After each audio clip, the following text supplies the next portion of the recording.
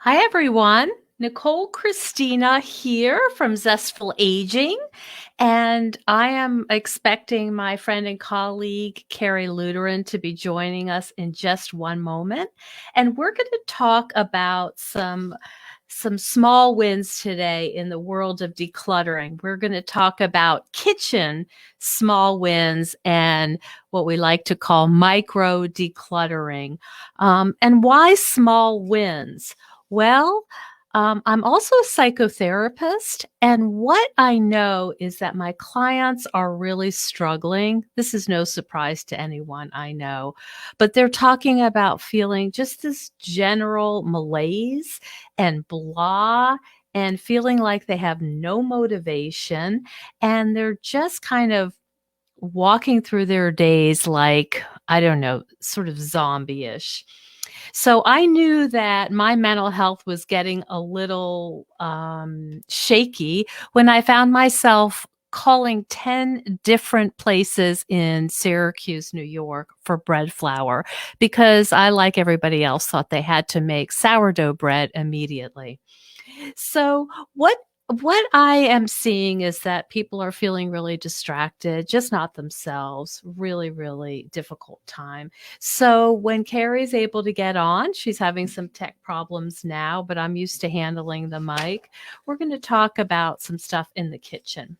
Okay, so why decluttering? Why is this something that can be helpful right now to boost mood and to help us through what's a pretty difficult time? Well, the first thing that I would say is that it offers us just a little bit of structure. And structure is really helpful. Oh, I see Carrie. Yay. Hang on one sec. Let's see if we can get her in. Hey, Carrie. Oh, Your earplugs in. Better late than never, my friend. We're talking about the reason why decluttering right now is really helpful. Talk about boosting mood, talk about this idea of giving us a little structure, a little goal, a little micro goal. This idea of small wins. And many of us are feeling everything's upside down. We're feeling like we get to the end of the day, we may still be in our sweatpants, and there's not really much sense of an accomplishment. What did we do? Well, we snacked. We may have tried to work on the computer. We scrolled our Facebook. Maybe we snacked some more, but it's not really feeling like there's a rhythm to life. And many of us are feeling at the end of the day, what did I accomplish? And many people have used this analogy of Groundhog Day. The other thing that it offers us is just a sense of control when everything is upside down. There's no control at all. Again, small wins.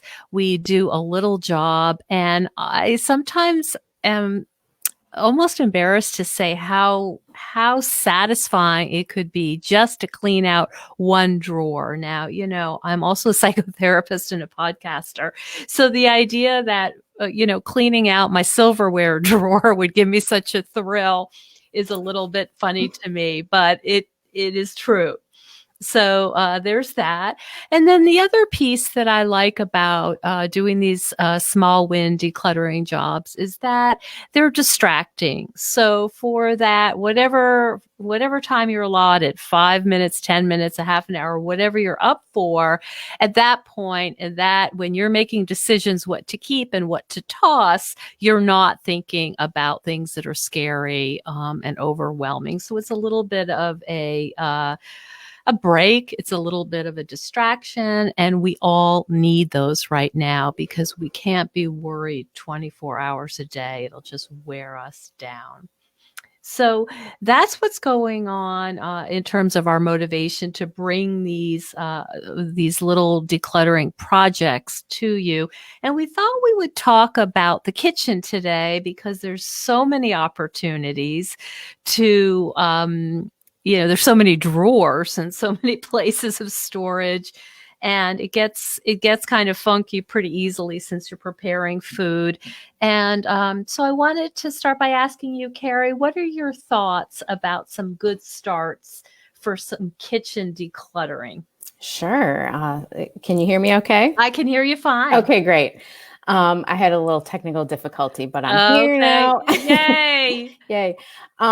Yeah, I think the kitchen is so important just in general. It might be the most essential room in the house that it be functional because, it serves such an important purpose. We're using it every day to prepare our food, to feed our families. So, I think giving this room a little consideration is always important. A But little now, love. yeah, absolutely.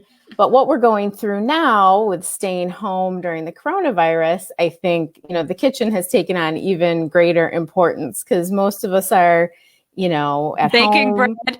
breaking, in your case, baking, stress baking. Right. Oh, I like that. Stress baking. Yeah, Okay, I mean, good. whatever gets you through the day, right?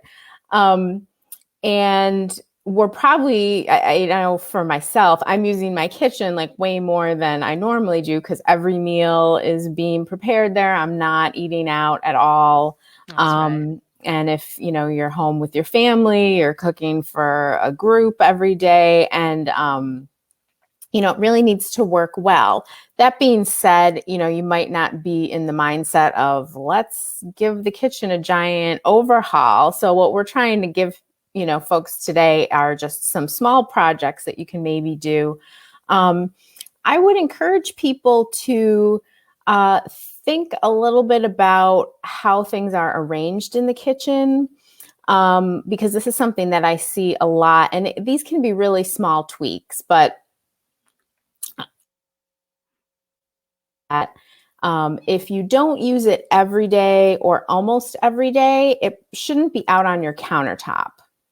Okay. And this is going to vary from kitchen to kitchen. If you have a huge kitchen with tons of counter space, you can mix this up a little bit. But I know for myself and for most of the people that I work with, counter space is at a premium. And especially now that our lives are probably a little bit different, maybe the things that you use frequently have changed. Can I give an example of that? Sure. This is so practical. So I have a soda stream. Guess what? They're not exchanging soda streams anymore. Oh no. So you can't use do it. You can't use it. So it lost its place. Now I have to buy the returnable seltzers. But that's such a perfect example because it's got a fairly large footprint.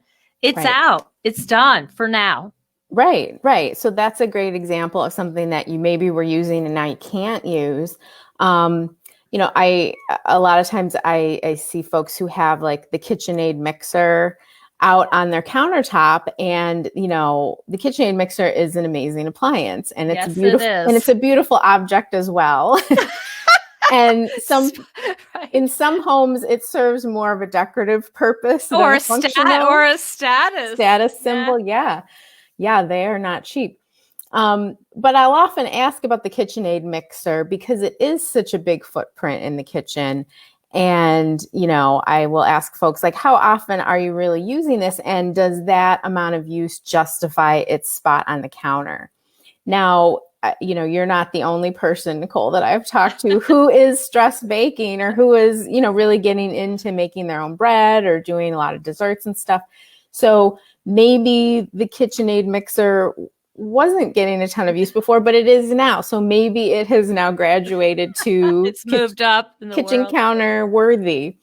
Yes. Great. So I think just thinking about, again, this applies to the current situation and, when things go back to normal, what is getting used a lot and what is not, and can you reserve what I would call like the prime real estate in your kitchen for those things that are getting used all the time. Can you give me an example of what's typical prime real estate worthy for most people? I mean, it really does vary by the person, but I guess personally, I have my microwave out because I use it all the time. I mean, the idea of putting your microwave away is kind of, that's a little too big to probably do that. But, I have a set of knives that I use for food prep pretty much every day. And I don't have a place to hang paper towels, so I have those on the counter. And that's pretty much it as far as what I keep out. But, for some people, a lot of families use their coffee maker every day. I think that's a common, very important appliance that, Very you're important. using every morning. So I guess, it really does depend on what you're making and what your daily routine is like. But yeah, just give it some thought. And if there are things that are out that are really just an occasional use item, is there another spot that they can be stored? I mean, I do own a blender, I have a food processor, but those are very occasional use items for me. So I have them tucked away somewhere because, they don't warrant being out. And, when I talk about prime real estate, it's the countertop certainly is sort of the most important spot for that. But also like the top drawer, if you have drawers in your kitchen, usually that top one is the easiest to get into. If you open your upper cabinets, it's that bottom shelf in the upper cabinet. Wherever is easiest for you to reach into, that should be reserved for the things that you use most often. So you're talking about prioritizing it and it really being a personal choice that, Yeah. and it's funny that you were teasing me about my bread baking. You forgot about the quiche with the homemade crust and Oh, the wild foraged ramps, but that's fine. you are eating well during I this. am eating very well. But what I did is I have also a Cuisinart mixer, and that used to be a low use item. But I'm finding as I'm cooking more and I'm shredding vegetables and shredding cheese, that's actually really nice to have on my counter because that is a heavy piece of machinery. And Right. I don't want to be bringing it up and back. And now, since my soda stream has moved down to the Had to basement. vacate. Yeah, I had to vacate its prime real estate. So now the Cuisinart, and I was just thinking about like I'm going to pay attention to how much I am using it because it's a beautiful thing. It works like a champ, but Yeah. it's a big piece of machinery and it's very heavy. Right. Right. So Mm-hmm. yeah, I would encourage people. And again, those are small things. Like maybe, the next time you're in your kitchen, just try to pay attention to that. Or, tomorrow morning when you get up and make your coffee, just while it's brewing, take a look around your countertops and ask yourself, like, are we using all of these things? And do they warrant their spot out? It Um, reminds me of looking in your closet and seeing what you're wearing, and some people have that trick about turning the hanger up, not upside down, but backwards or whatever. yeah. And it's really what you're saying is prioritizing and clearing space for the things that are really important to you, and they might look different. I know some people, and Carrie, you're probably one of these people who puts their detergent or their liquid soap under the counter when they're not using it. Am I right about that? No, actually, I keep mine out. I'm feeling like this is the Cuomo show a little bit. I The know. Andy and Chris show. Okay, that surprises me because you have a really clean aesthetic. But I find that, and maybe I'm just a lazy girl, but I find that a little bit too much to ask to bring it up. Right. Okay, Right. good, good, good, Yeah, good. I kind of feel the same way. I am, very much about function as well. But if that works for you, Mhm. again, this is all very personal. Like, what's your level of decluttering that feels the best for you? And it might be Mhm. different now. I mean, like I said, depending on people's situations, if you're raising kids through all this, you're probably Mm. just trying to get through the day and you don't care Oh, for about the goodness. dish soap being out. That's exactly right. So you're really talking about we're talking about the kitchen today. We're talking about it being as user friendly Hmm. as possible, and therefore we can extrapolate. And this is what we talk about in our course, Too Much Stuff, is how do you make kind of your environment and your life user friendly, really personalized, and it's not about what's important to other people and what they prioritize, but what do I want to see when I come downstairs in the morning and I step into my kitchen.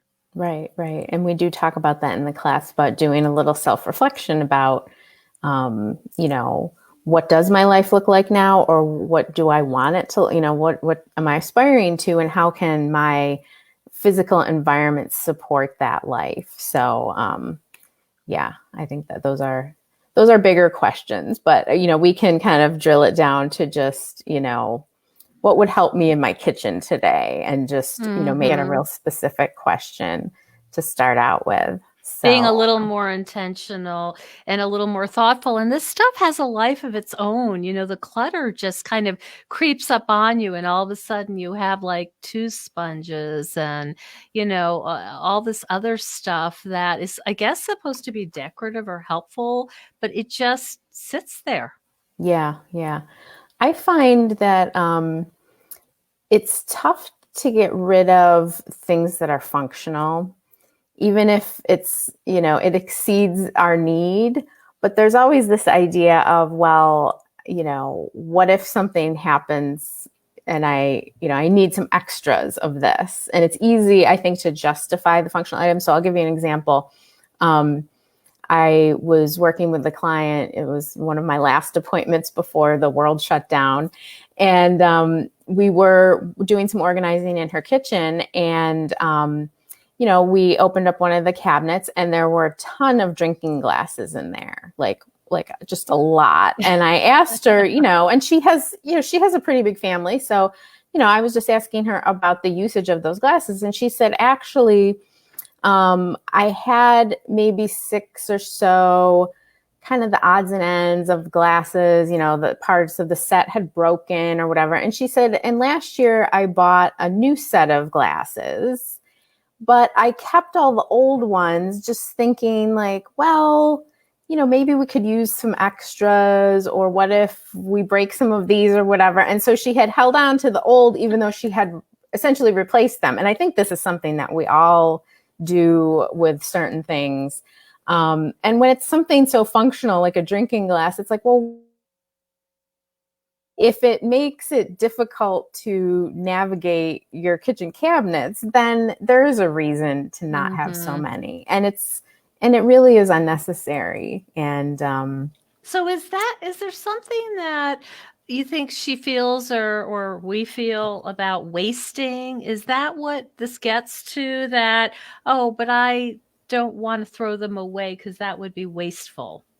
I think that could be it. And I also think there's just this idea of just in case, like, you know, what if all these new glasses get broken, and then I need, you know, and I don't think we're really doing it real consciously. Like, if we thought about it, you know, what would be the circumstances that you would need an extra 8 drinking glasses, you know?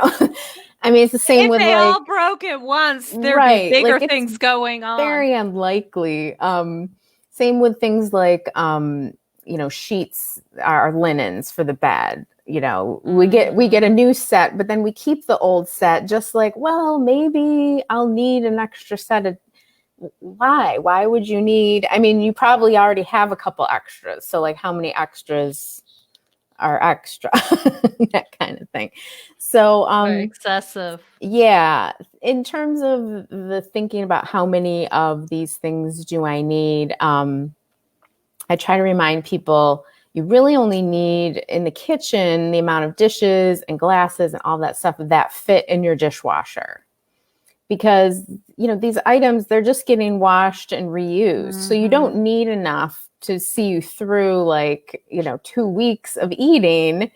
You're going to be washing, and if you hand wash, you probably can get by with even fewer. I So, see. again, this is kind of a small, very doable thing, and it requires a little bit of reflection. But maybe the next time you are emptying the dishwasher and putting that stuff away, take a look at the stuff that's still in the cabinets. And, you know, if you're putting away the dishes and you have like 8 more dishes in the cabinet, do you ever use all of them? Do you use the number that were just being washed and all of those extras? And if the answer is no, you know, it will probably free up a little space in your cabinets and just make you feel a little bit lighter to not have, you know, these huge stacks in there. You know, one thing that comes to mind as a therapist is the idea, or the question of what do we believe? And I think that something to give some reflection to is like, do you believe that you deserve to live in a pleasant, uncluttered environment?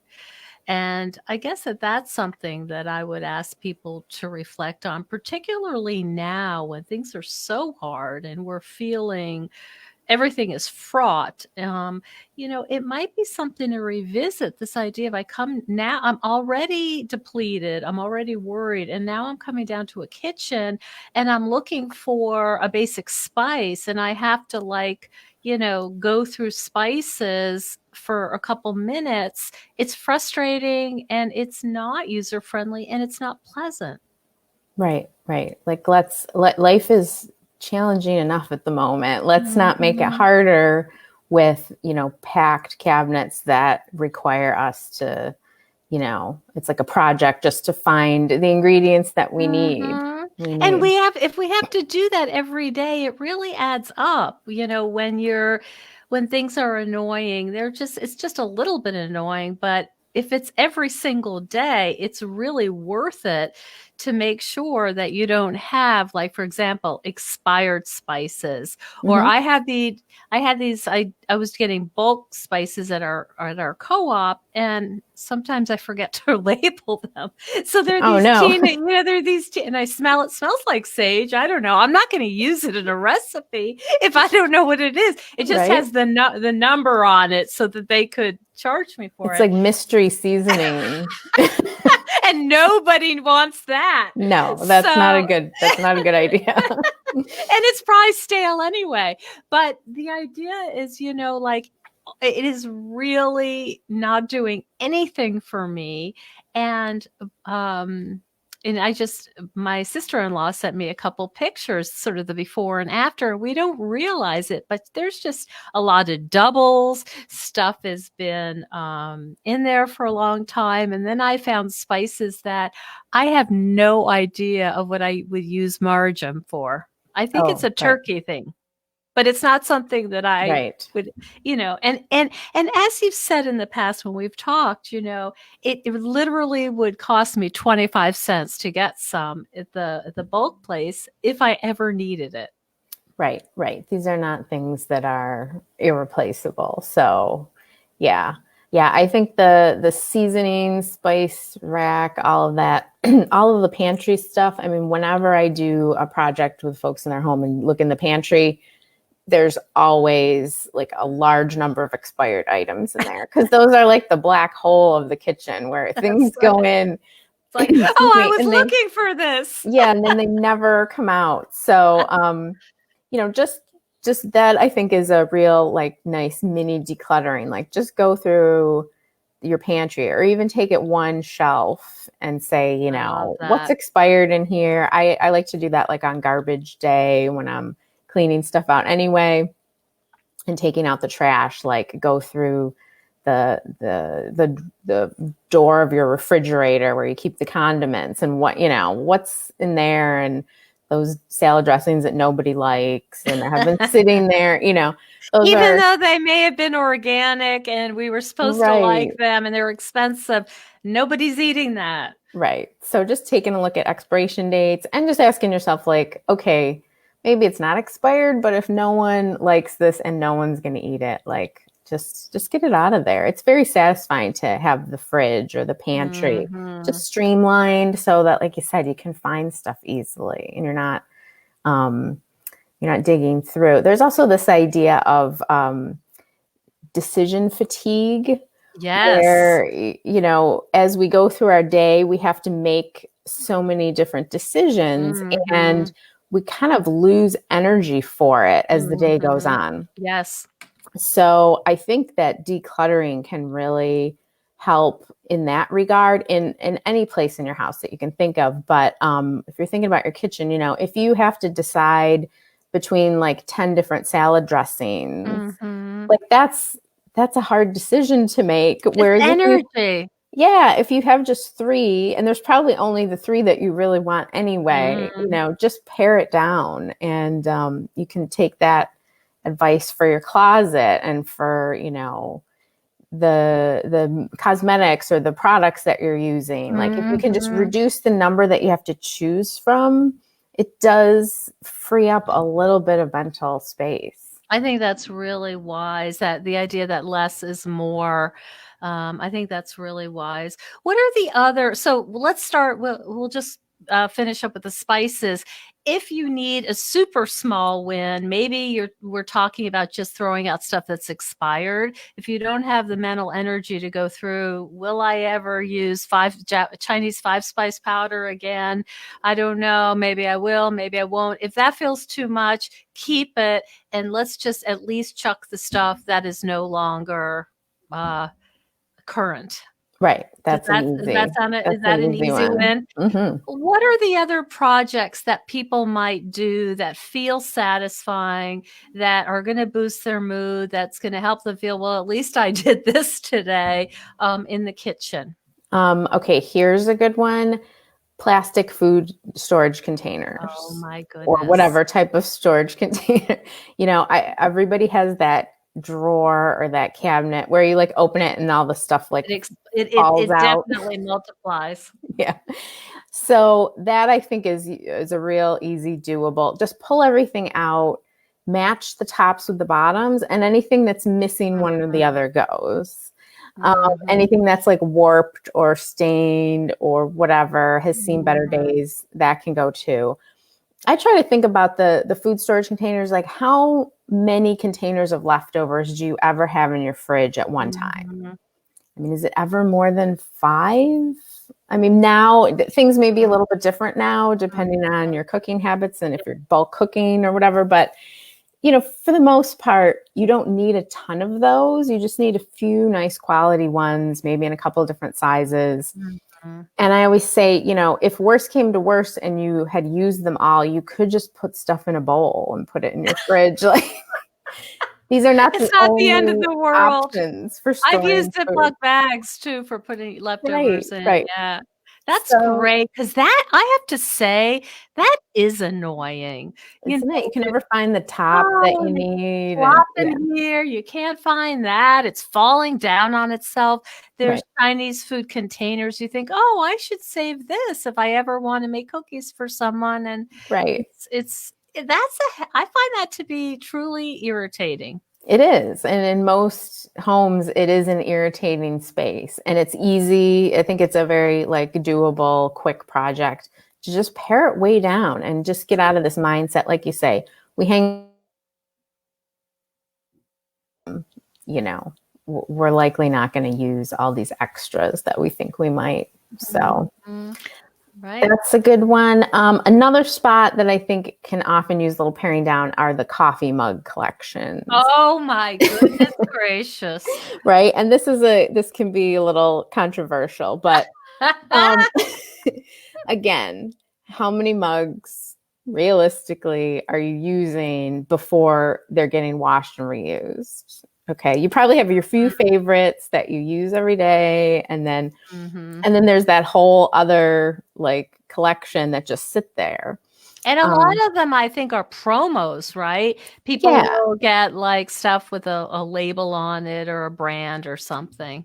Right. Yeah. I mean, sometimes mugs are like a sentimental item for some people, like someone gave it to them for whatever, event. But we really don't need as many as most people have. And so there's another area that you're probably going in and reaching in that, in that cabinet every day for your coffee. So why not pare it down? And, there's probably at least a few in there that never get used, that are weird size, or you just don't even remember why you have them, that, you could easily pare down.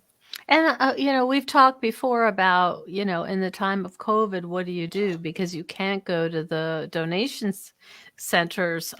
So maybe it's a matter of having a box someplace set aside, right? That these are going to go out when I'm able to do so.